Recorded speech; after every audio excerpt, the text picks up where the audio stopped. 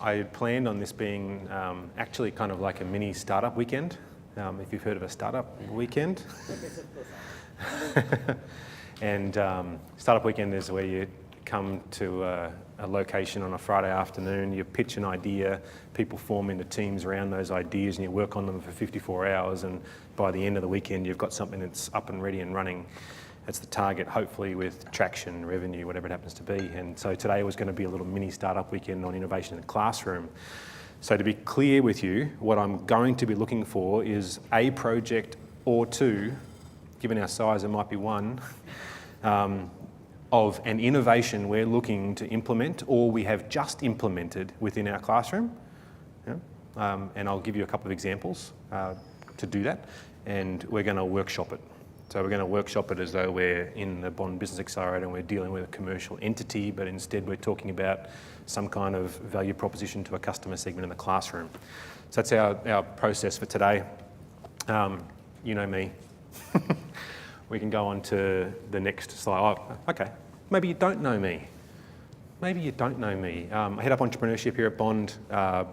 I head up the Accelerator, so anything to do with entrepreneurship education is kind of my game within the Faculty of Business.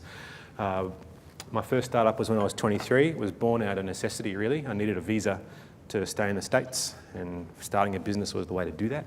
That's where I started. My background is in commercial banking, managed investment funds, venture, private equity, and then I started my PhD in finance here in 2006, and then morphed my way into the entrepreneurship space. So that's kind of me. I've currently got a startup on the go. We've got an early lick of funding. We've got a patent application in. It's in the ag tech space. We're actually in the paper today, in the Brisbane Business News, yeah.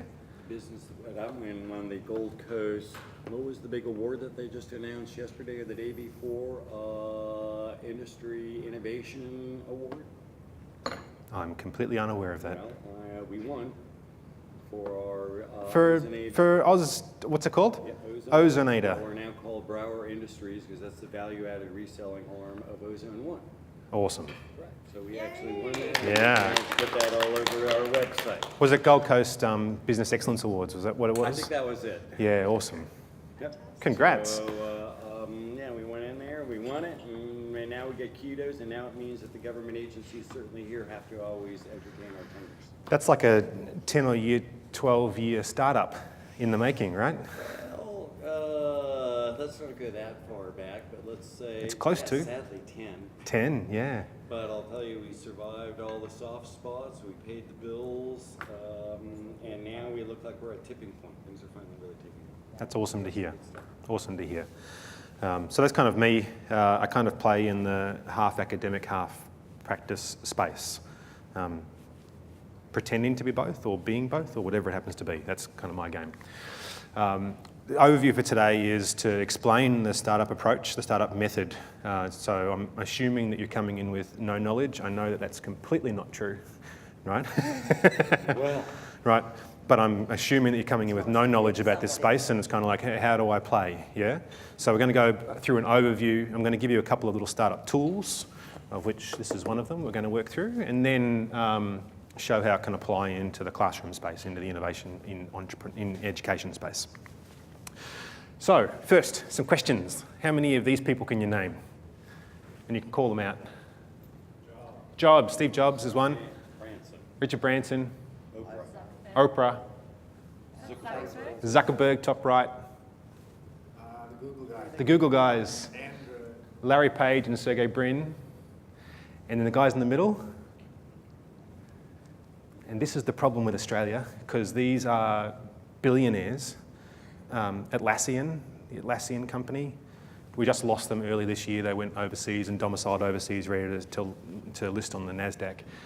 Scott Farquhar and Mike Cannon-Brookes, Atlassian, I think last valued at about $4.5 billion. Aussie software startup, 10-year-old firm, you know, who's going gangbusters. We're not worth that now. Yeah. A view would be that these people are entrepreneurs, and in in the startup space, we used to focus on identifying high-quality people, entrepreneurial individuals, and there was a trait-based view of entrepreneurs. What defines the entrepreneur? Is it persistence? Is it internal locus of control? Is it self-efficacy, high level of self-efficacy? What are these theoretical constructs? And things have kind of progressed since then, and today we sort of talk about the entrepreneurial method and the process by which entrepreneurs tend to make decisions and act. Next slide. Do you know any of these people?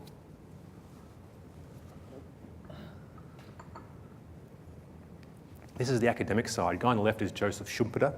Schumpeter first put out that the entrepreneur's role in an economy was to creatively destroy the given. So how do you deal with inefficiency in a market-based economy?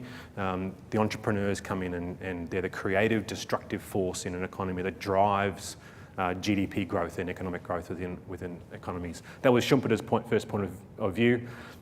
Frank Knight came out and sort of posited that entrepreneurs traditionally were looked as risk takers. One of the reasons that they were able to do these is they just took risks, and his contribution to our knowledge of the entrepreneurial method was no, entrepreneurs are just not risk-taking. Matter of fact, they make very calculated risks, risk-based decisions. What they do really, really well is deal with uncertainty. Uncertainty as opposed to risk. Risk is kind of like you've got no way of predicting or controlling. You know, you've got the flip of the coin, 50-50, that's prediction, that's probability. You can make expected outcome decisions on that kind of environment. Risk is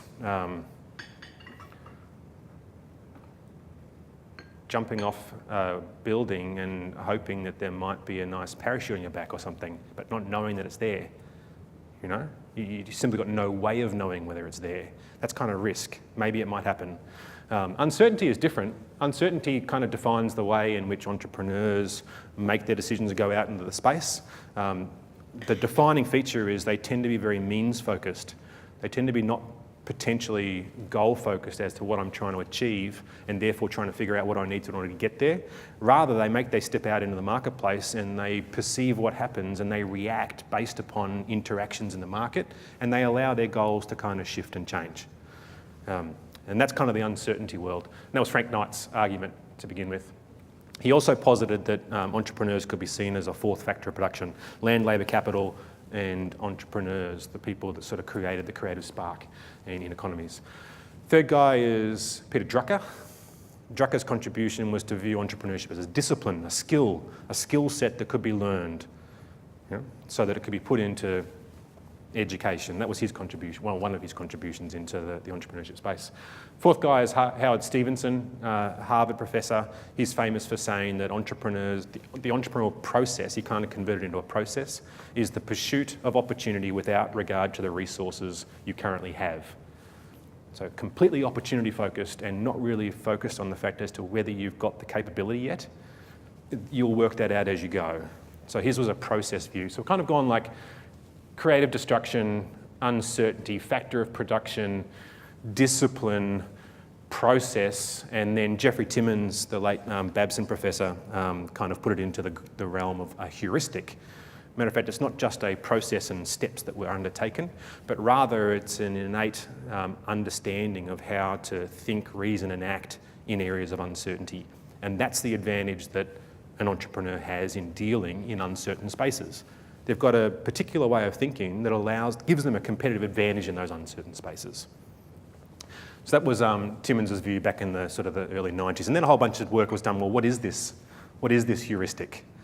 I've got a quick little exercise for you to put into play the concept of what a heuristic is. You probably might, maybe you might tell me, what is a heuristic? A simplifying decision rule, cool. So let's imagine a world, a city where there are two taxis. There are silver taxis and yellow taxis, right? I want you to, as quickly as you can, answer this particular question. There was an accident, right? And a witness stated that the colour of the taxi was silver. It's known in this city that there are only two types of taxis, silver taxis and yellow taxis. There are 15 silver taxis and 85 yellow taxis. What is the probability the taxi was silver, given the fact that the witness said it was silver? 80%. 80%. Quickly, doesn't matter what the answers are. 80%. Oh, there's a marker. We'll use blue because we're at Bond. Just have a go. 100%. 100%. Yep. 10%. Everybody has to put an answer out. No, this is a conditional probability. This is conditional probability. And then in fact, the likelihood is only 15%. So I agree 80%. 80%, there's 2 on that. 75. 75. I'm going with 80. 80. No. That's called social proof, yeah. 80. First follow-up. The leader came out, they said 80. Now everyone's saying, yeah, 80, yes. No, it's not 20%. Brittany. This is 75. You said, oh yeah, that's right, you said 75. What would you say if I told you that it's actually 41.4%? I was going to say 40%. Right. Unless you actually know the method of calculating conditional probabilities and you can do maths really well in your head, you shouldn't be able to answer this, right? We go back, and this is actually Tversky and Kahneman's point on representative bias. So when we don't know we're in a situation, we tend to go to what the population is, what the majority is, the 80% rule, and we saw that come out with a lot of our answers. When we don't really know, we go into it. But if we have a look at what the actual answer is, the question says, what is the probability of it being a silver taxi, given that they said it's a silver taxi? So we go back to the first part of the question, what's the probability of actually being a silver taxi? Well, there are 15 silver taxis out there, right? On the left-hand side. Our witness, 80% of the time, will be right in saying that was a silver taxi. That equals 12% of the time of the population.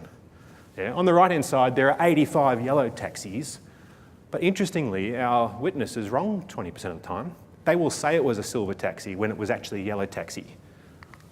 So 17% of the population will be that case. So the probability is actually 12. That's when it actually is a taxi, given they said it was a taxi, out of 29, which is the number of times they would actually say it's a silver taxi, which turns out to be 41.4%. I would have said it was an Uber driver. It was an Uber driver. And we had no idea what the colour of the car. Actually, we know exactly the colour of the car, and we've got the registration. And we've got the GPS record of when the accident happened, right? Yeah. So that's a heuristic. The one we're showing today is a representative heuristic. When we don't know, we tend to guess and we get biased based on what the population is. And the 80% was the one that kind of came out. I'm still not convinced. I still reckon that this was not a conditional probability situation because the only probability that matters is the success rate of the witness. So, yeah. Good. I'm not sure it's a conditional probability issue. Okay. Yeah. Let's have a chat later. Yeah, good. By the way, you have to be thinking about it as success rate of the condition. If you take just a complete random guess, then you would have to take into consideration this 15% and 85%. So now the issue is you're saying he's not completely random, it's not 50-50, he's 80%. I'm saying you're starting with the witness, not with the proportion of cars on the road. That's all. Okay. Okay. That as it is, yeah. Work was then done once Timmins came out with his heuristic view that entrepreneurship is a way of thinking, reasoning and acting that's opportunity obsessed, holistic in approach and leadership balanced for the purpose of value creation and capture. That's Timmins's definition of what the entrepreneurial process is, right? There's been a bunch of work that's been kind of done on how to describe this heuristic. And the dominant view at the moment in the academic space is Sarasvathi's work in the early 2000s called effectual reasoning or effectuation. And for the last 6 or 7 years, 2/3 of the Bond population has been educated in that method going through the core entrepreneurship class. Different now that we've gone for with our new core program. That's on the left-hand side. I'm going to leave that as it is. If you've taken my class through the MBA, you'll be aware of that method. Yeah? But effectively, it's very means focused. It's starting with what you have. It's It's committing to a venture based on an affordable loss decision. It's allowing your ultimate goal to be decided through your interactions with key stakeholders and players who might come and contribute to what the end business might become. And above all, it's taking action where you perceive you've got the most level of control over the outcome. So above all, it's taking action in areas of uncertainty where you believe, you might not, but where you believe you've got the most level of control over the outcome of the action. That's effectual reasoning concept. On the right, we've got Eric Ries's Lean Startup book. Have any of you read The Lean Startup? It was for quite some time #1 book on Amazon. When it has some years behind it, it'll become one of the notable management texts, similar to Christensen's work on the innovator's dilemma and all that kind of stuff. But Eric Ries's book, The Lean Startup, and the business accelerator that we run through here at Bond uses this methodology as its backbone, and it's a lot of the methodology that's being used by a bunch of different accelerators around the world at the moment. So I'm quickly going to lead you through a couple of basic principles about what the Lean Startup method is about. Its first principle is that entrepreneurs are everywhere. That entrepreneurs are everywhere. That ideas that can deliver value for a customer segment can come from a whole range of different people. So for an organisation who wants to be innovative, you have to be open to ideation coming from multiple different components of your organisation. Yeah? From outside of your organisation, consumer-led innovation, as we've seen with Procter & Gamble over sort of the last 15 years. That's his first point. Second thing is, in order to be able to do this and recognise and commercialise, you must recognise that entrepreneurship is management. It must be managed through an organisation. You can't just leave it up to individuals. It must be an organisational capability. It's second point. The third one is the basis behind the process, validated learning. Its core principle is, as we progress in developing up a new product or a new service, the way in which we make decisions is through validated learning, not through internal focus groups and, yeah, we think this is a good idea and let's build it and build it and build it and build it. And no, rather iterative testing with different stakeholders to test assumptions on what you believe are value points. Yeah? Validated learning. That is espoused in what they tout as the build, measure, learn process.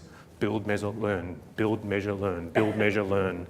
It's kind of software based because that's their background, but it can apply to all different sorts of spaces. Yep.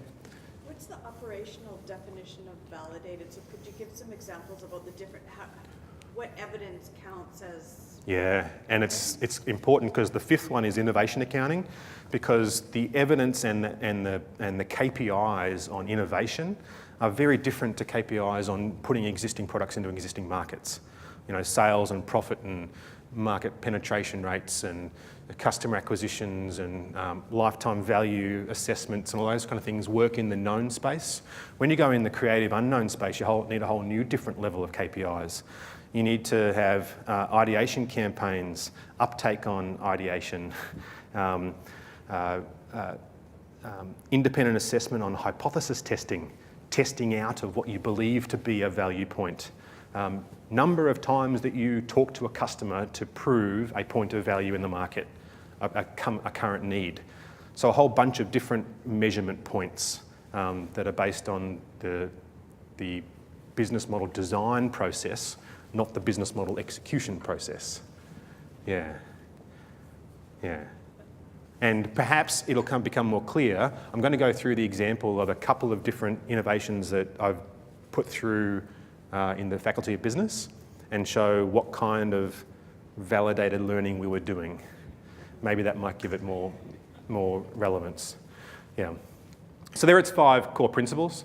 To reinforce the entrepreneurs are everywhere argument, there's a classic ideation talk, TED Talk by Stephen Johnson, and there's this little 4.5-minute mini version of it that we're going to have a quick little look.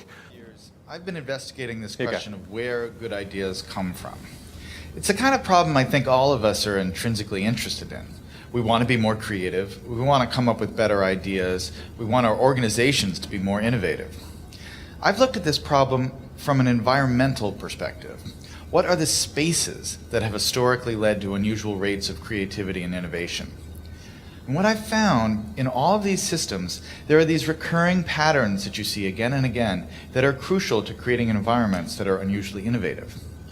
One pattern I call the slow hunch, that breakthrough ideas almost never come in a moment of great insight, in a sudden stroke of inspiration. Most important ideas take a long time to evolve, and they spend a long time dormant in the background. It isn't until the idea has had 2 or 3 years, sometimes 10 or 20 years to mature, that it suddenly becomes accessible to you and useful to you in a certain way. And this is partially because good ideas normally come from the collision between smaller hunches, so that they form something bigger than themselves. So you see a lot in the history of innovation, cases of someone who has half of an idea. There's a great story about the invention of the World Wide Web in Tim Berners-Lee. This is a project that Berners-Lee worked on for 10 years. But when he started, he didn't have a full vision for this new medium he was going to invent. He started working on one project as a side project to help him organize his own data. He scrapped that after a couple years, and he started working on another thing. And only after about 10 years did the full vision of the World Wide Web come into being. That is, more often than not, how ideas happen. They need time to incubate, and they spend a lot of time in this partial hunch form. The other thing that's important when you think about ideas this way is that when ideas take form in this hunch state, they need to collide with other hunches. Oftentimes, the thing that turns a hunch into a real breakthrough is another hunch that's lurking in somebody else's mind. And you have to figure out a way to create systems that allow those hunches to come together and turn into something bigger than the sum of their parts. That's why, for instance, the coffee house in the age of the Enlightenment, or the Parisian salons of modernism, were such engines of creativity, because they created a space where ideas could mingle and swap and create new forms. When you look at the problem of innovation from this perspective, it sheds a lot of important light on the debate we've been having recently about what the internet is doing to our brains. Are we getting overwhelmed with an always connected, multitasking lifestyle? And is that going to lead to less sophisticated thoughts as we move away from the slower, deeper, contemplative state of reading, for instance? Obviously, I'm a big fan of reading. But I think it's important to remember that the great driver of scientific innovation and technological innovation has been the historic increase in connectivity and our ability to reach out and exchange ideas with other people, and to borrow other people's hunches and combine them with our hunches and turn them into something new. That really has, I think, been, more than anything else, the primary engine of creativity and innovation over the last 600 or 700 years. And so yes, it's true we're more distracted. But what has happened that is really miraculous and marvelous over the last 15 years is that we have so many new ways to connect and so many new ways to reach out and find other people who have that missing piece that will complete the idea we're working on, or to stumble serendipitously across some amazing new piece of information that we can use to build and improve our own ideas. That's the real lesson of where good ideas come from, that chance favors the connected mind. So new ideas often come from interactions with bunches of people, from people that don't necessarily have particular expertise in what you were originally going to be doing, but they had a piece of the puzzle that could contribute, yeah? So that's one view around it. The Lean Startup Method has 3 major components. The first one's called business model design. We're going to talk about these: customer development and agile engineering. So the first part is business model design. So we can think of this as kind of like 2 parts of building a business. On the left, we have business model design, coming up with a business model for the way in which a business can deliver value to a customer segment. Its operations, the way it produces, all that kind of stuff, the relationships it builds. On the other side of the equation, on the right-hand side, is the execution of that business model. And for too long, back when I was doing my MBA, we were applying skills that were learnt in the known world, the business model execution side, to the concept of trying to come up with new ideas and commercialise those new ideas. And it's a different set of skills that operates in those spaces. Over on the right, we kind of think of the business plan as being the dominant communication tool in the space of business model execution, popping it out to related stakeholders, getting finance on board, putting it out to joint venture partners, that kind of thing. On the left-hand side, these days we're using a tool that's called the business model canvas, originally designed by Alexander Osterwalder, and now kind of proliferating any of the sort of startup spaces that you see going around. In my bag,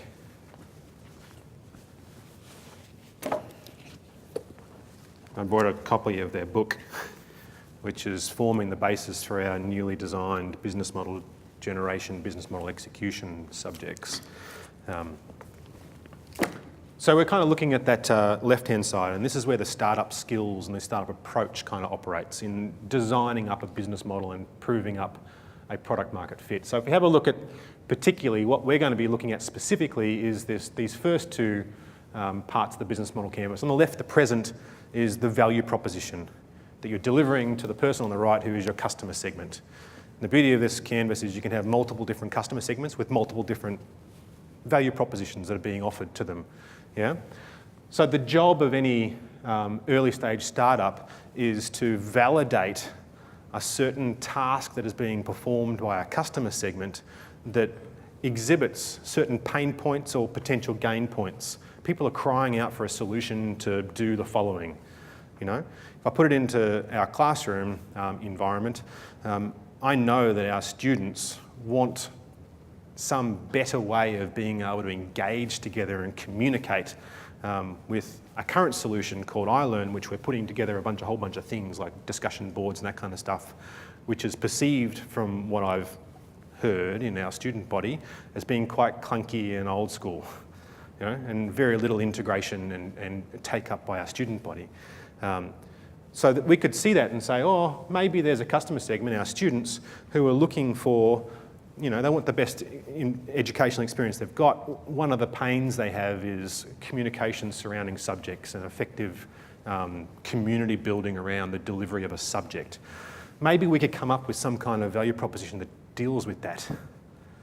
Maybe there's some tool we can implement that can enable it. Maybe there's better education about the power of iLearn and the way that it can be used. Maybe that's one of the things we need to be able to put across.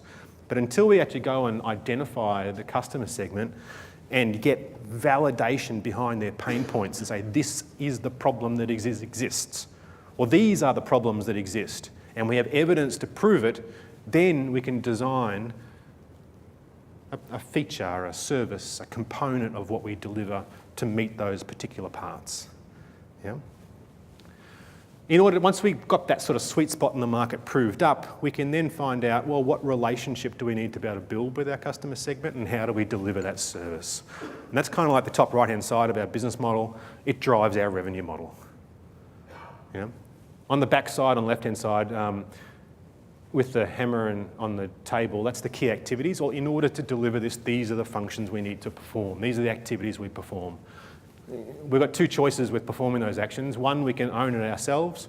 That's the guy digging with the shovel. They're our key resources. You know, we have these capabilities. We resource it ourselves. Or we can outsource through partners. You know, develop partnerships to do it. And decisions we make around those drive our cost structure on the bottom left.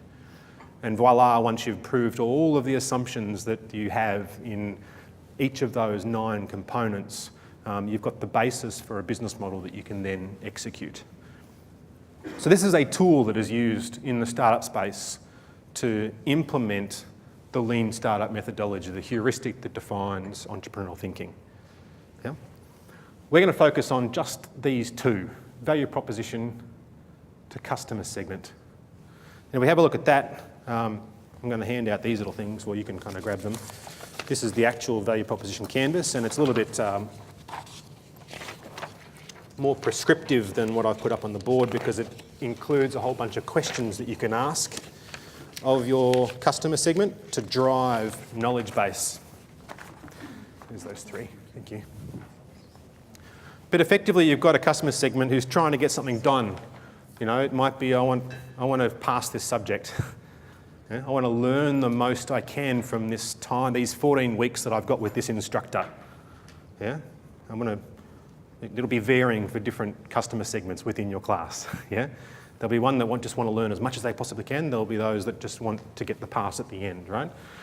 In order to do that, they'll be exhibiting certain pains. the classroom isn't quite right. You know, the group work is really difficult. You know, there'll be a whole bunch of pains that are exhibited in that process. And there might be ideas in your customer segment's minds as to how they perceive it could be better. Oh, I wish this could be the case. You know, and at our university, we've been doing a bunch of that interaction with our customer, with our clients, with our students, to try and allow them to tell us what they could be. Yeah, there was a student feedback session just yesterday. On the left-hand side, okay, here's what we've got. Hopefully, it's got pain relievers or gain creators. And it's the job of the good entrepreneur, the successful entrepreneur, to prove up this product market fit through validated learning by going out and building and testing and seeing what works. Yeah. The first case study I want to lead you through, I've got two little case studies to talk about. One is the Bond Business Accelerator, something that started 18 months ago now in a very different form to what it is today. Yeah? And so I'm going to go through its process. At the very, very beginning, it started with one of my students, Leon Worsley, calling me. He was a former student who actually has not completed his degree yet. He's off and has just exited out of his startup. Leon called me and said, the University of Sydney is running an accelerator for their students. Why doesn't Bond do it? Why doesn't Bond have this? So there's a student wanting a certain experience while they're at university, calling out a potential gain creator. Yeah? I've seen this happening elsewhere. I wish we had it. Customer segment giving information about what could be a potential gain creator. I kind of agreed because I was kind of in that space, and I put a call out through my Facebook page, well, not through the department's Facebook page that we operate, which is kind of like our little community, and said, if we're going to run this, is anyone else that would be interested? And Trez West came on board and said, I'm in. He'd done a law degree. He'd been starting up a social venture on sort of community solar power that had hit some obstacles, and I think he was looking for the next thing he was going to move on to. He said, all right, let's get this thing together. At the very early stages, our first iteration, we partnered up with the University of Sydney Student Union, who were running a program called Incubate. And the beauty of that is they had run it once before, and Google had come in behind them and said, we want you to do this. It was a student-led initiative, and they were looking to expand their program. So ourselves, the University of Adelaide and Curtin University were the first three universities to sort of say, you know what, let's give this a go at a national level. And so we got $25,000 in funding from Google. The faculty funded $25,000 in order to be able to run it. As Corinne will correctly state, we were flying by the seat of our pants in the first program. All kinds of unknowns. Yeah, we're running this program. How does it work? We're not quite sure yet. Kind of just trying to run it as we could. We were given a little bit of assistance from the University of Sydney. James Alexander was running that, and they sent some people up from Sydney to give us some insights. But really, it was our first shot at giving it a go.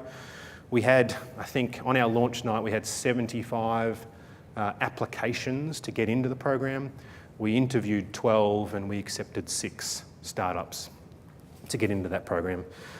It ended up with 4 teams pitching down at Google's headquarters in Sydney, which you were around for? Oh, no, it was the second one, wasn't it? No, yeah. Yeah, it was after this one. Yeah. So we pitched down at Google's headquarters, and serendipitously, the dean of the faculty happened to be in Sydney that weekend. We invited him in across, and he saw what was happening, and he thought, oh, this is fantastic. So we got early strategic buy-in by the senior management within the faculty. Having dinner with Azar actually tonight, ongoing alumni relationships. These types of experiences really build that kind of community. Now we talk about validated learning, Shelley, right? We needed to be able to, we had such an awesome and frustrating time in that program that we wanted it to become something that was part of the faculty. At that time, it was effectively Trez and I championing, and then other faculty members coming in to support, and it was run as a one-off. And then the dean came and saw, and he said, I don't care what you do, Baden, whatever you do, next time make it bigger and better. So we were given the mandate, right? So we then had to actually have to prove what value it was providing for our customer segment. in the end, we want bums on seats. At the university, our be-all and end-all, no, that's not true. One of our major key performance indicators is bums on seats. So we had to show how this could relate to bums on seats. We had to show how it could relate to enhancing our position in terms of education, business education, entrepreneurship education in the broader community. We had to show how we were contributing to our communal approach to driving innovation and startups, Southeast Queensland specifically, Queensland, Australia. So we had to have a bunch of those sort of things. And so we were lucky in our first program.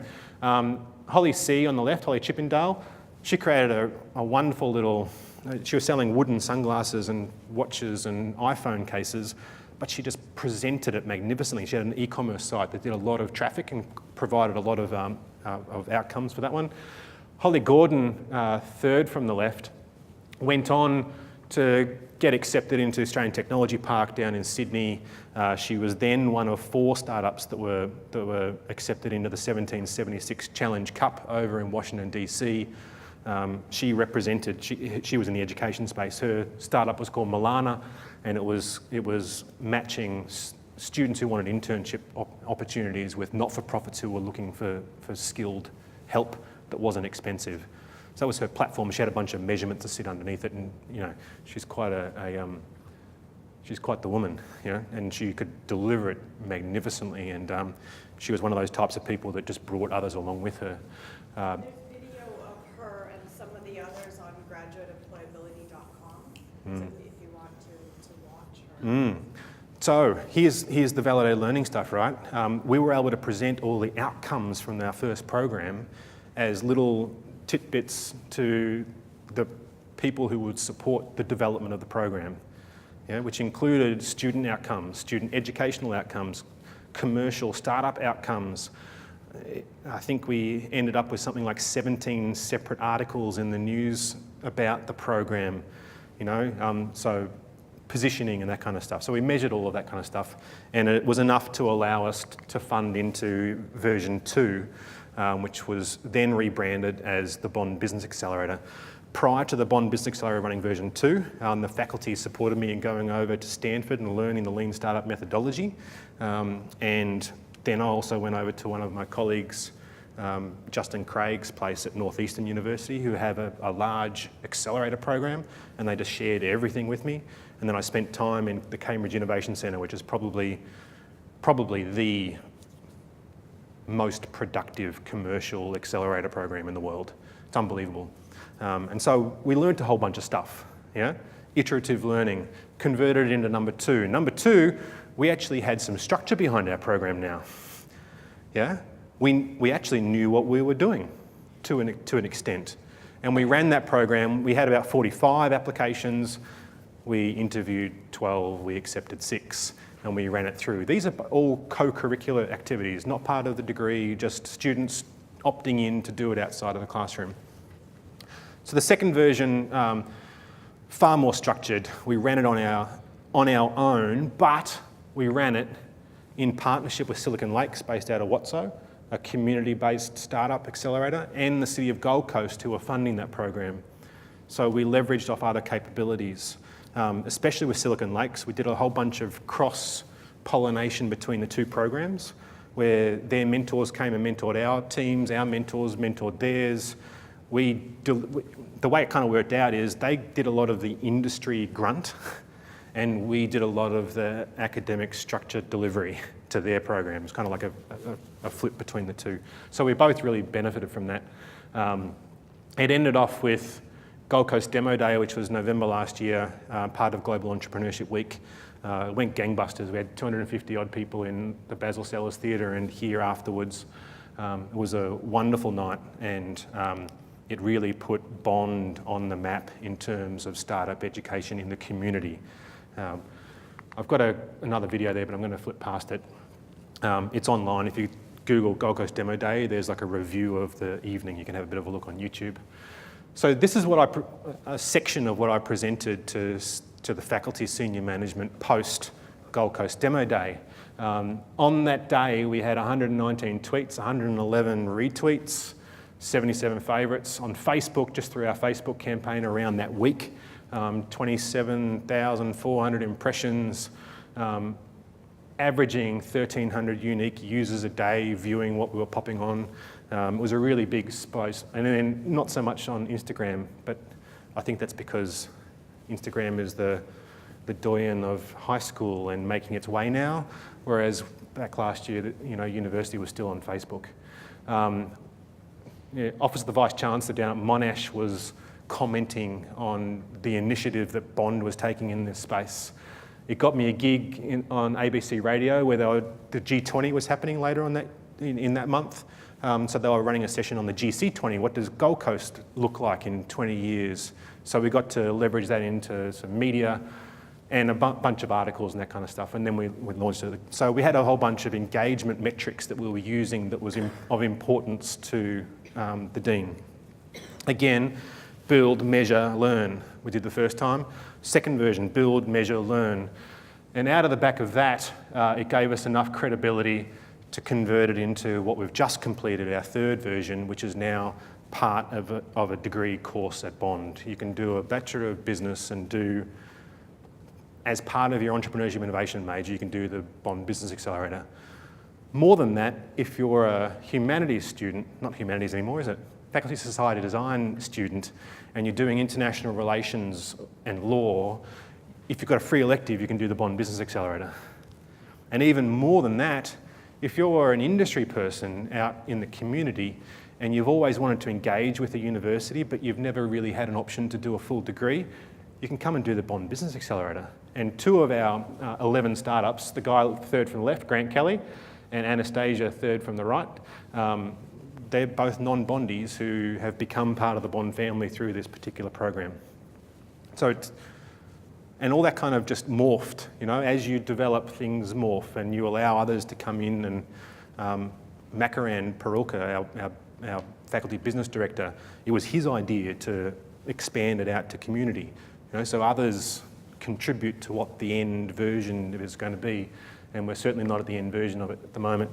It then spawns into other things that might happen. So next Wednesday we're running Ideas Camp.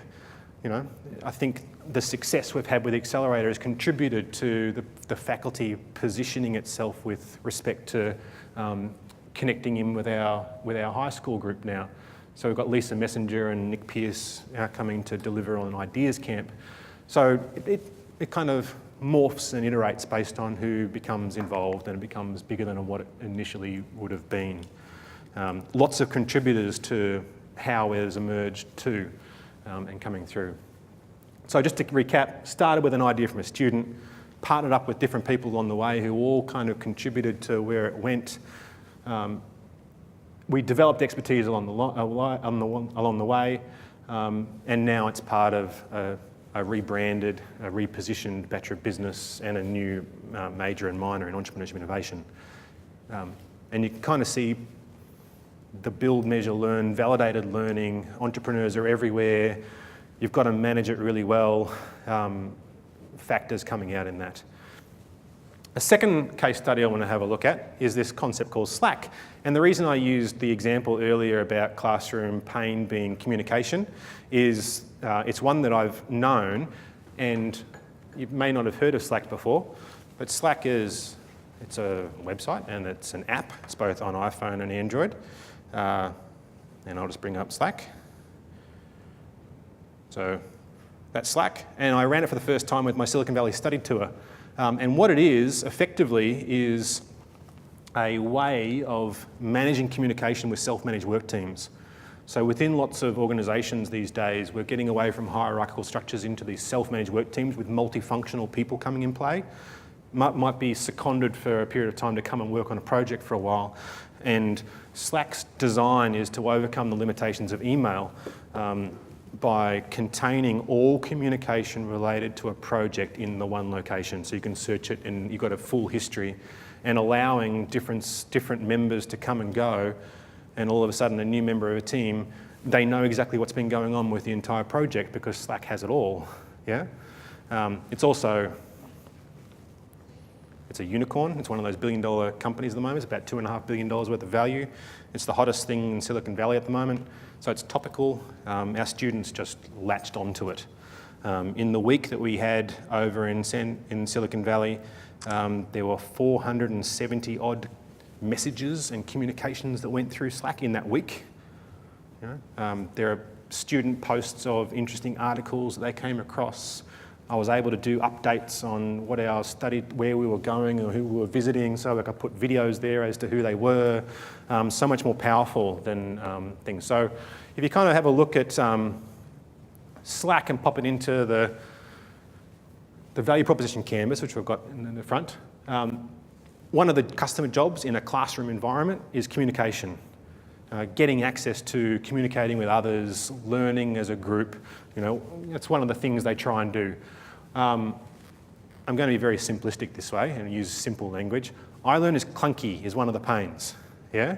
And some of the wishes is, I wish it was mobile, I wish it was instant, and I wish it was kind of cool, yeah? I'm speaking on behalf of my students, but that might be one of the things that they would say, right? Well, if we chuck Slack on there for a moment, one of the things it does is it's simple and it's intuitive and it's app-based, right? And it's not iLearn. And on the game creators is it's mobile, it's instant, and it's kind of cool, yeah? So you could say, oh, this might be a tool that we could use. You would then start with a little trial of it. Does it work? For example, with 7 students on a study tour. That's a safe little environment to give it a go. With everything being replicated on iLearn, because we have a responsibility as faculty members, that's our official communication tool to our students, right? I think. That's what my understanding is anyway. It is, right? So it has to go there anyway, right? But used it and had enormous success. And the beauty of Slack is, as the team manager, you get all these usage stats and analysis of who's seeing what and what threads are hot and who's interacting where and that kind of stuff. So I've now just implemented it again into my undergraduate class that I'm running this semester, and I'm having less success with it. I'm not exactly sure why that is just now. They might not be. Yeah? Yes, so they weren't the people that said, I want to be on the Silicon Valley study tour. 60% of them are study abroads. Maybe that's contributing. But anyway, that's the question, right? I mean, it seems to me their default option is in like group projects, they quickly create some kind of Facebook group. And of course, you're using iLearn to provide some structure. These are issues for you guys to do, but then everybody is going out. Yeah, everyone goes out and uses Facebook groups, or not even Facebook groups anymore. They use Google Docs, and they're all around Google Docs. Slack does integration with Google Docs. Yeah. So you kind of observe what's happening. You know, when they do their group work, sure, we can put up group discussion boards and group sections on iLearn, but people aren't operating there. They're choosing to go elsewhere. So you try and think, well, why? Why are they doing that? What are the advantages of Google Docs environment? You know, it links in with all of their Gmail accounts and everything. They can have control and who knows? I don't know. But the question becomes why and what's driving that behaviour, and is there something we can provide that will give us insight into what they're doing and improve the student learning experience on that behalf? And so Slack is an example. That's my second case study. So, enough talking from me. What I really want is some suggestions for innovations that you want to workshop, because we'll workshop 1 or 2 of them. Anything in your classes. Enthusiasm is just contagious. Do you mean business ideas or? No, like something you want to do to improve your class, the way your class operates. So my brief for today was, how can you use startup thinking to inform the innovation in the classroom conversation? You know, if we want to be better at delivering a high-touch boutique educational outcome, we want to improve that, right? How can we do that? So, for example, I want to improve communication. Is Slack a good solution? You know? And we would put it through a quick little exercise. Shelley, you were going to say something? So Yep. we don't have to do these, but one is the problem that we're experiencing right now in that how do we get our academics to further engage? This obviously isn't the answer today. How do we get our academics to engage with the incredible wisdom that we have in-house about learning and teaching? So it's how to compel our academics to come to learn from one Compel. another more about learning and teaching. So that's one idea. Another idea, Madeline and I had a conversation last night. We're going to be applying for the latest Australian Government Office for Learning and Teaching Strategic Priority Grant. And the area that we've chosen to focus on is personalized learning. And so another issue is how do we capitalize on our learnings about the personalized approach from here at Bond in terms of small class pedagogy and how we personalize learning for our students and their employment outcomes as well, creating work nudges, etc. How do we share those and scale it up to larger institutions, and what else can Bond learn and grow in that space? So there's a couple ideas of current real projects that I'm working on. And they're kind of pain oriented. Yeah, they're kind of pain oriented, saying, well, from a university standpoint, how do we encourage academic involvement in OLT initiatives? That's kind of what I took out of it. So we're doing this stuff to try and improve. And actually, in not so much OLT initiatives, because I think we've finally mastered that. We've got like our technology enhanced learning team has more people than they can service now, and we're having to. So that's okay. But it's more this kind of how to share. So not OLT pain, but Bond pain, interfaculty communication and academic learning.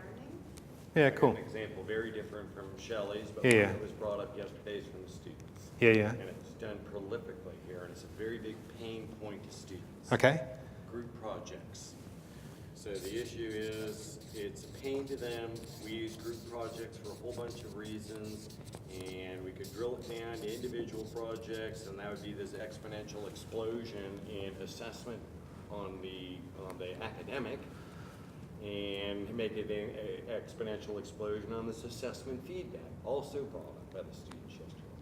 So how can we make group projects more pleasing to the student experience? Well, So tell me what the pain points on group projects are, because group project isn't the I just heard pain. the students say yesterday I took 24 subjects, and with only a small bit of exaggeration, I had 48 group projects. There's always a slacker in the project. There's always somebody that free rides. There's somebody gets stuck on it. There's somebody, I never feel that the grades are distributed fairly. The last one she said was that there's always somebody who doesn't want to work with other people. Right. So, Somebody they've who been doesn't assigned to want a group, their but own. they want to. And somebody who comes in at the last minute and completely changes what's Dominant Mix the players. work So the work and that's be been able to submitted, bring but it that forward. the improvement is done on The the fundamental problem is assessment. All of the complaints were something about, why do they get the same mark? Well, it went deeper than that. In fact, they even mentioned the issue about high school, and here I've got a young daughter, and at age 13, she's already complaining about group work. But what if, And she What are the says, complaints? we're already getting peppered with group work. And, now I'm in a class of, X number of people, 45 people. I want a real world project that's going to be very comprehensive. And frankly, I don't have the bandwidth to oversee 45 individual projects, so we default into a group because we can tackle a bigger Is that project. why we do group projects though? Or rather, do we do group projects to encourage teamwork development? Those are the arguments. and we use. collaborative We can learning make a bigger and- word, we could break it down. You're right. Learn teamwork, and those also come out as all the complaints. There's a slacker, there's a this. That's the cynical view, right? Sorry, can I just add something to that? I think that, and I definitely understand, the negatives involved with that. But when you go into, the workforce, you're working with people that are slackers, and you need to be able to know how to manage that situation. So I think that there are good life lessons in that as well. Yep. And she said we got that 48 times at Bond. Okay, By so the way, so I'm the just startup, raising good. a point that a student raised. I'm just Perfect. saying it's a clear pain point for students. And I just thought if we were to resolve something, how do we resolve this pain point? Good. I just want to some clarity on the process here. So, Yeah. if you ask for a list of problems that I would like some help in solving them, I can come up with 4 or 5 right now. That's not what you asked for. No. You asked for an innovative idea. Now, I would have thought that an innovative idea is about fixing a problem, but I've got a list of 4 or 5 problems, and I don't have an idea. I don't have ideas specifically. Well, not ones that I think are innovative. So one of the problems is something that we're not doing what other people are doing. All right, that's not. So there's no innovative. So one thing that I can pull out from you is new MBA with an electronic component for a different customer segment, right? But that's an issue. It's not an innovative idea. Well, it's an innovative product development idea. Sure, you're creating a new product. So you can create it, so other people have got it. But it's still new Yeah, to but it's you. new to You us. still have to figure out how So to. I just wanted to make clear. Yeah. That's the other part. So one thing you could do is, one thing you could do is, okay, we see operating in other spaces that people are operating this different type of product in the MBA space, which we currently do not create, right? What is the best way that Bond could capitalise upon this, right? Yeah? So we would then go and say, well, what customer segment are we targeting? And what are the current reasons as to why they're not consuming what we've got? Well, I can throw that one up then. But, Yeah. I was just trying to work out. Yeah. What we've been talking about now are problems and Yeah. not solutions. Correct. An So- innovative idea is a solution, isn't it? Yes, a value proposition to a customer segment, if you want to use the terminology that's used in the process, right? A value proposition to a customer segment. So where I was going with Mark's is, group projects suck is not... By the way, I was just telling what the students said. Yeah. No, I think it's I use them. generally acknowledged that one of the challenges of assessing group-based performance is through group projects, and there are problems associated. When we've just listed off 6. Slackers, free riders, kind of the same thing. Different grade distribution, right? The individualist who doesn't want to work with anybody else, and differing aspirations. I just want to get a pass, I want a high distinction. We're in the same group, yeah? These are pain points with the group project job that students are doing, right? That we would then, using the startup process, go out and actually validate. Is this the case, or was it a particularly vocal student on the student feedback session? I've spoken to gazillion students and I'd say they are real pain points. Right? We would go out and we would test it. University, we would test it, and we would actually say we believe that free riding is an issue in the group project process. Right? That's a hypothesis that we put out there. Now let's go and speak to 70 students and find out how many of them say, and 68 do. Tick, pain point, right? We know that is the case. So then we attempt to come up with ideas on how we can reduce the free riding pain point that is currently, whatever the word is, experienced by students running through group projects. Because pedagogically, we think group projects are a good thing. Right? When you look at class design. Solutions already exist for that, right? So, solutions are you have some form of internal assessment of contribution to the group from the individual students that CAT creates, and there are methodologies that have been tested that work pretty well in some of that. So peer assessment. So again, where I'm struggling with, we've identified a problem, we're trying to find a solution. When does it become an innovative idea? Oh, well, if you go back to the basis of an innovative idea, it is something new that creates value. So is it new? It might be new in the fact that I know with group projects that I do, I actually don't have peer assessment. I probably should. Yeah, my subjects tend to be quite small, so I tend to be across whatever is happening, but I don't have peer assessment in. So that would be something new for me to be doing, right? And I would love to be informed about what the options are that are out there by people who do know what the best practice in that space is. Yeah? That I could then implement in my particular environment to reduce that pain point for students running through my subject. So here's another idea, if you're looking for something that's like a solution rather than a problem, one of the things that I've been thinking about, and I don't have but and I don't know if this is what you're looking for either, but I come up with my best ideas when I'm in the shower. And I want to work them through and sort of map them out, diagram them. And Madelaine's laughing because I come back out of the toilet too. Got all these ideas. So it's when I take a break from the everyday that these ideas come to me, but I want to get them down. So if I had, and there's an application to Bond in a moment, but so if I had an electronic whiteboard that I could use in the shower that translated and went right to my computer, so it was electronic capture in my shower, that would be brilliant for those of us who are thinking on the spot and want to get it all down, because this idea comes to me like full blown out and I want to write it down. Or you could just put a whiteboard marker in the shower and write on the window. Yeah, but Take a photograph of it. I want it to go to my computer so that I can keep, because it's a part of a proposal or something that's fleshed out, and then I want to keep working on it, so I want to capture it. And so if it had text recognition, optical character recognition, whatever. But so the application to Bond, I know that's kind of a silly idea as it is, but we're doing all this outdoor learning. And so we have these learning spaces outside that we've been setting up, like with proper bench tables and picnic tables and things like that. But the problem is the whiteboards, we're having to roll these clunky things outside, and if it's raining outside, again, the it's going to run down the wall, etc. If there was like an innovative idea for outdoor learning, or these fixed, secure, electronic outdoor whiteboards that you could write on and would translate into Wi-Fi or what have you, so that you could capture the learning. So let's just take that one for an example, right?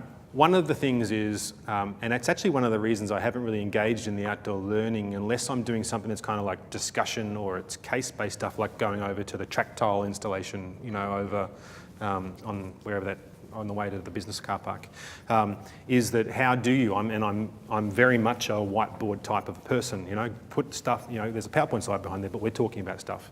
And so the question would become, one of the pains associated with teaching in an outdoor environment is effective delivery of whiteboard-related material. How do you deliver that stuff, right? So the current solution is wheel a whiteboard out. Here are the pains associated with that. What are the other ways of being able to do it?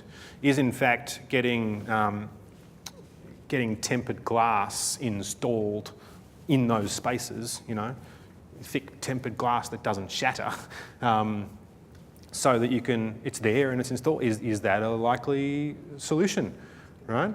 That might be a potential solution, but does it actually meet the requirements for what you're trying to do? Can you effectively write on it? Yes. Can you capture it? Well, yeah, you can take a photo of it. All of these, is that worth it? Yeah? Yeah. That's a great one to pursue. There you go. See? Talking to other people. Often other people have different points of view as to how things can be done. Have you seen how many of the students in the group working spaces up in the library just write all over those windows? They bring in whiteboard markers, and instead of using the little whiteboard, they're all over the windows. And in addition to using tempered glass, in the FSD spotlight, we went down to a room there. You can get the paint that you write on the walls. Yeah. So that you can use Whiteboard paint. Yeah. Yeah. Yeah. And that might be more take a picture friendly than glass. It may well be. Perfect. You can even get glass that is painted on one side, such that it is white. Yeah, and doesn't have the vagaries of paint. But there's a whole bunch of different solutions that could be, right? Yeah. It was my hope that, given the fact that we had 25 odd registrations, that out of there would be someone who was actively looking to say, I want to try this, such that we could workshop something out. But given the fact that we're at kind of 1:30, maybe I should just reinforce, this is what you would do, Can I just ask a question on, this is a question on entrepreneurship? Yeah, sure. Program. Again, it seems to me what we've done is we pitched a whole lot of problems, not an innovative idea. What's the first step? Is there something you teach in this entrepreneur type approach to sit there and say, well, most ideas need to present a value proposition. And we're pretty good at working out what the problems are. What we've missed in the step here is I had presumed you would have a solution you wanted to offer, and it was how do you develop that solution.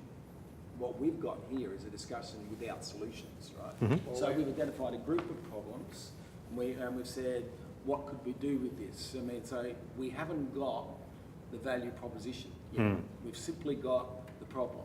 Yes. What is the step in entrepreneurship that allows you to come up with solutions and tick the ones that you want to pursue as the most reasonable ones? Maybe I can step in there a bit, and I'll just use an example. All this outdoor space, we've got a problem here. And we've actually, in just a short order, realized that there's possibly 3 or 4 different solutions. So that's the solution. But now, that doesn't determine which one we should do, because we've got to kind of take it one step further, which is the balance. I've identified that issue of plus owners for people, and people have indicated there's solutions to assessing that. Unfortunately, I'm not getting those solutions. Right? I have an ended peer review, and that doesn't work. Excuse me, it works. It has some of that.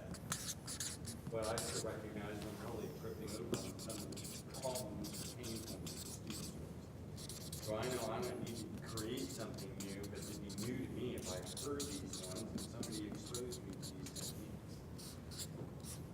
Does that kind of make sense? And innovation is always a big question. What's an innovation? Well, if it's new to a person or an organization, it's at least innovative to that application. I mean, it certainly makes sense. And it's a general issue is having information about what the new ideas are. I'm just trying to put it in the context of what they've been trying to do here. Good. So we would go back to process and say the entrepreneurial process is generally described as entrepreneurship being the commercial outcome, the actual implementation and transaction around the solution that you have devised. Yep. Those solutions are typically driven by an innovative idea. Yep. Innovative ideas are often driven by problems forcing them. Yep, absolutely. Yeah? Or someone coming up with a new way of doing something that just creates an advantage, which drives, right? Those innovations are proved up by new ideas. The difference between a new idea and an innovation is that ideas don't necessarily have any value. Everyone can have an idea, right? But ideas might not have any value. The electronic whiteboard in the shower, is an idea. Does it have value? We'd have to find a way of waterproofing it and, allowing it to bounce off the tiles when it falls off because its suction cups aren't good enough. And not, does it actually deliver value is the trigger, right? New ideas have got 3 major components: knowledge in the space, motivation to try and do something, and thinking creatively to come up with a new way of being able to do it. So the organisation's role is to encourage ideation around pain points.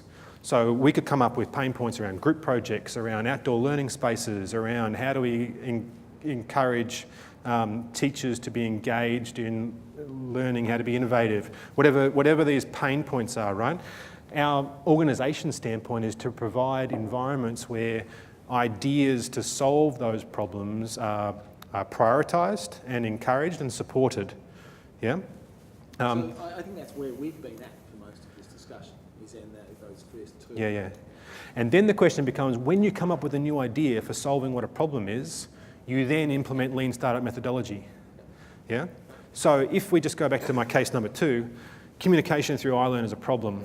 I find it really hard to engage with my student body because I like to put up little links to things that are going on, and I don't get any feedback through my discussion boards. Last semester with my MBA students, I actually started up these discussion boards, and then I handed out little Blackboard coffee vouchers for people who were actually engaging, because there was 3 of them. Towards the end of the semester, there was 3 students out of my 36 that were actually engaging on iLearn with that stuff. And I said, thank you, to try, but that's...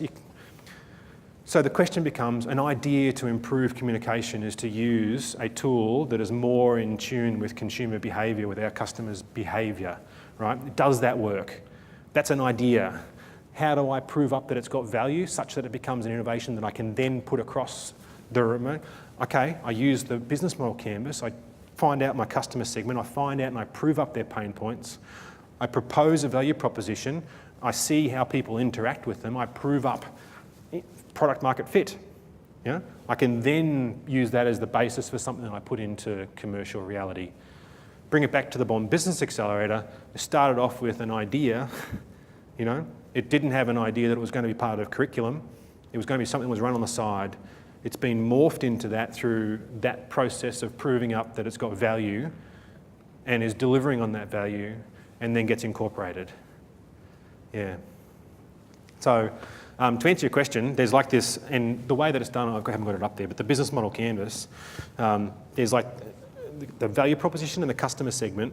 They're numbered 1 and 2, but often it's one leading the other or the other leading the other. Oh, I've come up with a great idea. Where is the problem? You know, try and find the problem. That's been your solution with Ozone One. We've got this great new, you know, chlorine-free disinfecting solution for water sanitation, right? Where's our market? You know, we came up with the solution where we then searched for the customer segment that really wanted it, right? Others is you find the customer segment who's screaming out for the solution, you try and come up with the new way of being able to do it. Yeah? It's kind of like an iterative who's before and that kind of stuff. The point is to put that down and then manage the process of proving up through validated learning the idea that you think solves the problem, or the customer segment that you think wants your value proposition. Yeah. That's what the lean startup methodology would tell you to do. Yeah? And manage the process through that way. Yeah. My suggestion coming out of that is I reckon we should run a couple of workshops where we talk about problems, because we have mixed people have knowledge. We all have the problem is the motivation, right? We have knowledge and we have creativity. We have creativity. Put it together and create ideas and then take the ideas into the innovations. Because one of the things we got challenged with in the Equus process, as you will remember, not from the team itself, but from the previsit, was when Ian went around the room and said, tell us the most innovative thing you've done in your course. So as he went around a room of lecturers, I don't know whether you were there or not, but, no. Yep. And he said, tell me the most innovative thing you've done in your club. We went round it, and at the end he said, none of that's innovative. Mm. All of that is business as usual. So, you know, it's what other people are doing. That's business as usual. It's what you need to do to stay in the game, not to be innovative and ahead of the game, is what he was saying. Now, I don't know whether that definition of innovation sits there, but I'm particularly interested from your presentation today on that first bit. How do you put that together in a concerted way? Identify problems, come up with innovative solutions rather than just. So highly innovative companies run targeted ideation campaigns. Yeah. So they identify a strategic point of importance for the organisation, and they run a targeted ideation campaign and manage through. Our priority to do that. And I think with the redesigned Bachelor of Business course, that was actually a great example of that. Yeah, it's like we think we need a new undergrad program. Let's put a whole bunch of cross-functional people together in a room and come up with what we think that might look like. Yeah. Dictated from the top as to this is what we want you to look at, and then enabled and resourced. You know, that's a classic ideation campaign. You know, that then had its ways that it has eventually come out to the program that is going to be commercialised. And interestingly, the BBiz was one of the things that the Equus team picked up as an innovation. Yeah. So when I looked at that program that was happening, I was sitting back with a huge smile on my face, because that is creative, innovative thought within a larger corporate, which larger corporates find so hard to do. Yeah. Because it's business as usual in most people's practice. Yeah. And we know what has worked. You know? We think we know what has worked. Yeah.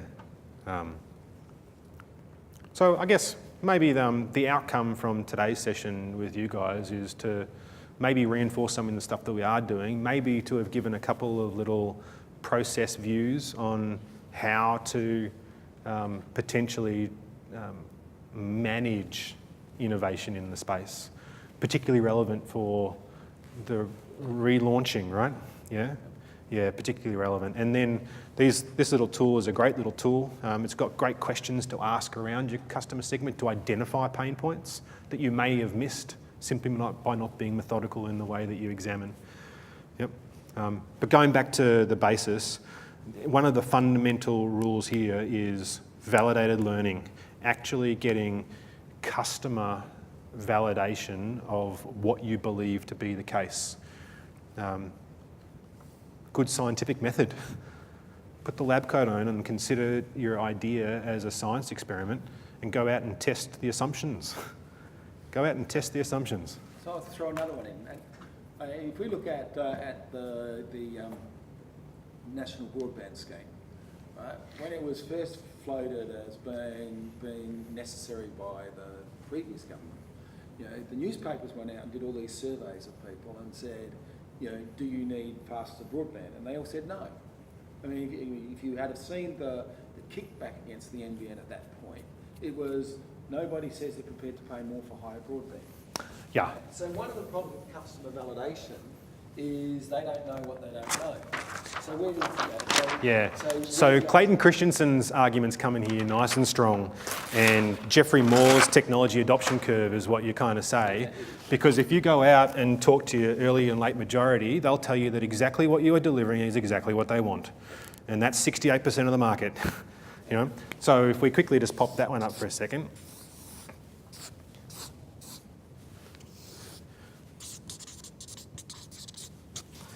So this was Geoffrey Moore's technology adoption curve with roughly whatever it is. This is 34%, this is 34%, that's 19%, and there's whatever is left there, right?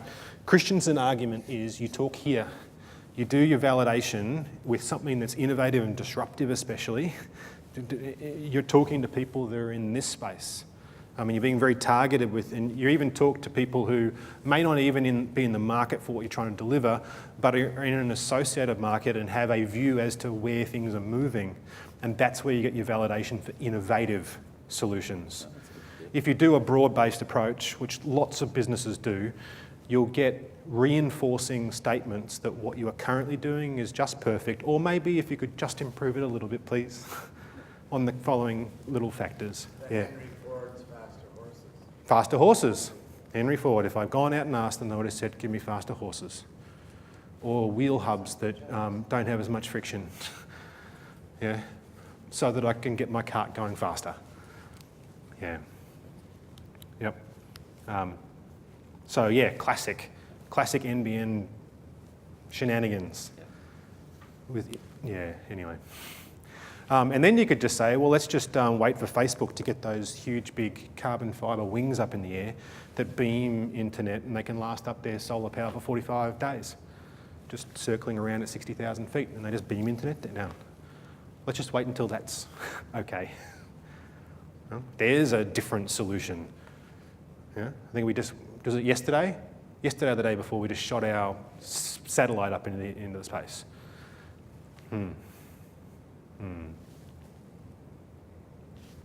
With our last little time, any targeted little questions? I've probably got one question. It's probably related to some discussion before. Yeah. I saw a really lovely quote not so long ago, which said the road of the future is guarded by the keepers of the past. So the idea that the idea that people like to stay where they're comfortable and they don't like to move. So obviously, innovation is really moving into that future space where things are changing. So how do you address that? How do you address, you want to pitch your idea, you want to get some support for it, but there's so many people that like the status quo. I mean, in a university, there are a lot of people in that boat that Yeah. are comfortable with the way things are.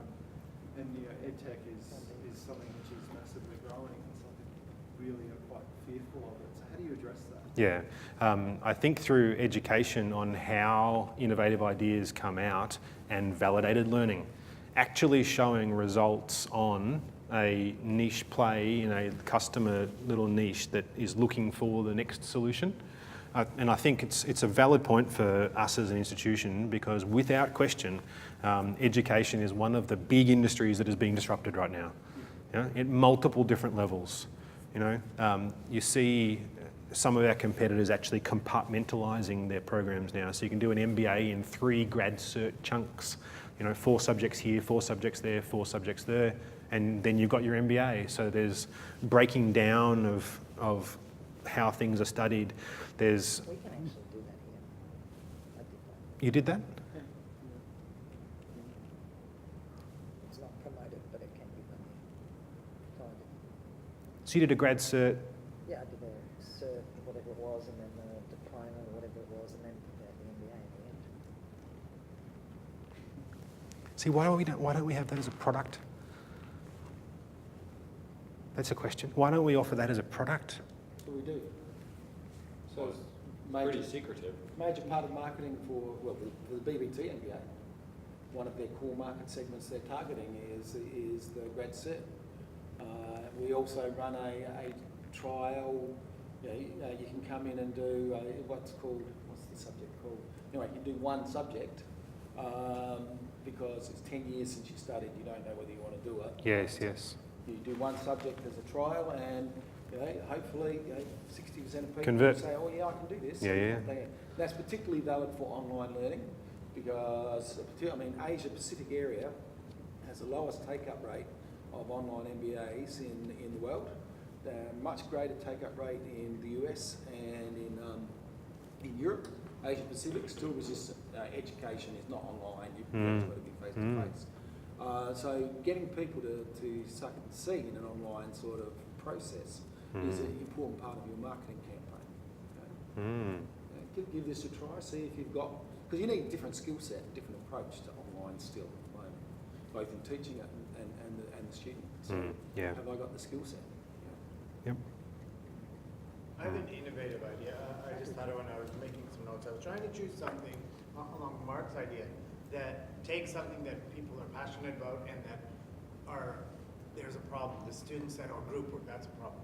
T-vals, you can't get much more inflammatory or debatable or passionate than that. Students often say if there are certain elements that I'd like change, I give my T-vals at the end. It's not going to be changed for me. It may or may not be changed for the future cohort, but for the self-interested student, it's a wasted experience. Academics often say, and there are a number of points here, it's only at the end, there's too much emphasis on that. And to sort of touch upon what Barry says is focusing not only on a recognized problem, but an idea. What if we had, through iLearn or another app, it doesn't have to be an iLearn, but I'll just throw it out in iLearn. Say each student had 5 TVL dollars. And any time during the semester, they could spend one of their $1 or $2. And how you do it, it doesn't matter, thumbs up, thumbs down, plus, minus, add comments. And each instructor had a dashboard. And whether or not it's open to the students or not is a separate question. Let's say right now it's not. They just have their own dashboard. And when a student goes in, and it could be day 2, they can spend their $1, put the feedback, the academic instantly gets at it. It might go up, it might go down, it might say something like, oh, great work, I really appreciate how you smiled and knew my name. It might say, why are we being tested on this when we have, but the idea of, rather than feedback at the end, but have it ongoing, an idea of monitorizing the vote, if you will, to give it value. In many institutions, not Bond, oftentimes students don't do the T-vals or they just tick, tick, tick, here you go. If you say you have only 5, and I just use the word dollars, but you can use tokens, then suddenly it has value and they may use it. Yeah, I would go back and say probably a valid pain point. Go back and actually try to identify for what job is the T-val being used, right? One of the jobs is to, I don't know, I'm guessing, improve student experience in the classroom. I would suggest the end of semester T-val doesn't have effect for current student body, but rather might have an effect for future student body, but the measurement of that I don't know. It's probably a poor measure. Right. Right. Is that one of the desired outcome, one of the desired jobs, improving student experience in the classroom? Is it for performance review of academic staff? Yeah. And is it for improvement of subject offering? Is it for instructor self-improvement? What are the actual jobs that are trying to be achieved by the TVEL measure, right? And for each of those jobs, what is wrong with the TVEL associated with that, and what could be improved? Yeah. That's what the Lean Startup methodology would tell you to do, is to identify back to who's the customer segment. It could be faculty management, it could be student, it could be instructor, it could be subject. There we've got our four customer segments. What are we trying to do with this measure? You know, and what are the current pains associated with that? Then if you've got a solution, you would then see whether the attributes of the solution actually marry up with the pain points that are currently being achieved by what's happening with that customer job, and you'd be able to validate and measure those such that you can prove up a product market fit between a solution and a problem that exists. Yeah? That's what the methodology would tell you to do. Yeah. That's a good approach. I mean, if you could come up with something like that, a dashboard type thing, it would be, I think, something people would find very interesting. Yeah. And there it would be for educator self-improvement, right?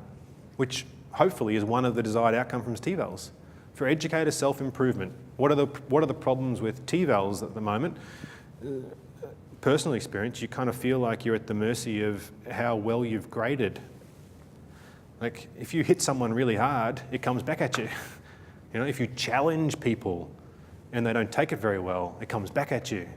So despite your desires to improve and lift student performance, sometimes it backfires at you, right? And then that goes into the same measure being used for a whole bunch of other. So they're all pain points, right? Can you break it down into something that more effectively actually achieves the job that is trying to be achieved?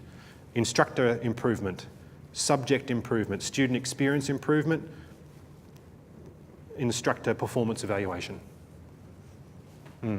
And go back to fundamental principles of Lean Startup management. Entrepreneurship is management.